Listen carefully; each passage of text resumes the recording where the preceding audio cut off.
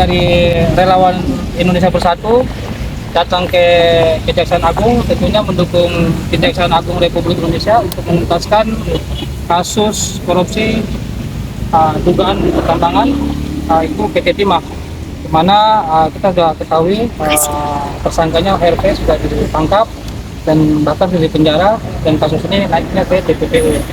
Namun kami saat ini mendesak juga kepada Kejaksaan Agung karena sudah berulang kali Sandra Dewi dipanggil sama Kejaksaan untuk diperiksa. Namun kami melihat bahwa karena sedikit besarnya pasti Sandra Dewi tahu terkait dengan masalah kasus dugaan korupsi PT Timah.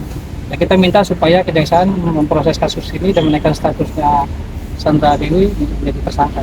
Itu yang pertama.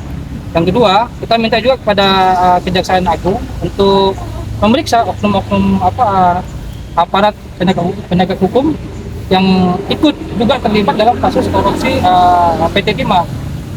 Karena sampai saat ini belum ada salah satu pun oknum aparat yang dipanggil terkait dengan kasus PT Timah. Padahal kasus ini kan tambang ilegal di satu tempat, suatu wilayah hukum. Namun kenapa belum ada aparat atau oknum aparat penegak hukum yang dipanggil dalam kasus ini?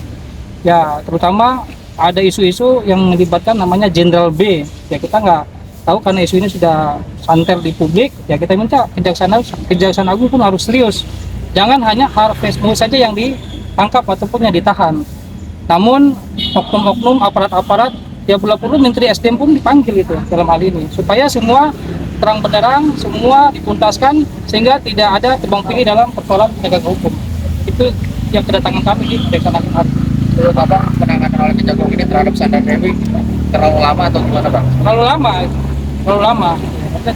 Yang kita punya keinginan dan aspirasi daripada masyarakat juga, keinginan masyarakat dan publik untuk segera Sandra Dewi ditetapkan sebagai tersangka. Dimanapun dia akan menikmati juga hasil-hasil terkait daripada korupsi suaminya. Nah, itu yang kita mendesak kepada Kejaksaan Agung hari ini, terutama ke Jampitsusnya. Bang, lebih signifikan Bang, mungkin Sandra Dewi poin-poin apa sih yang dia harus ditetapkan menjadi tersangka menurut Abang? Ya, pertama kita duga namanya dia kan istri daripada Harvest Moise, terus di mana gaya hidup hedon dia kan selalu ditunjukkan di beberapa publik kan gitu, sampai pernikahan dia kan begitu mewah kan sama Harvest. Ya masa dia nggak tahu ini kekayaan dari mana, kemewahan dari mana, ya kan? Dia kan masa nggak tahu ada suaminya melakukan aktivitas pertambangan yang ilegal selama ini, ya kan? Ini orang terdekat dia loh, istrinya gitu, yang tidur sama dia selama ini, ya kan? Secara logika berpikir kan, yang paling dekat istrinya, tapi dia nggak tahu kasus ini, ya kan? Makanya kita minta supaya Kejaksaan Agung tetapkanlah Sandra Dewi sebagai tersangka dan ungkap semua siapa-siapa yang terlibat, termasuk oknum aparat penegak hukum yang terlibat dalam hal ini.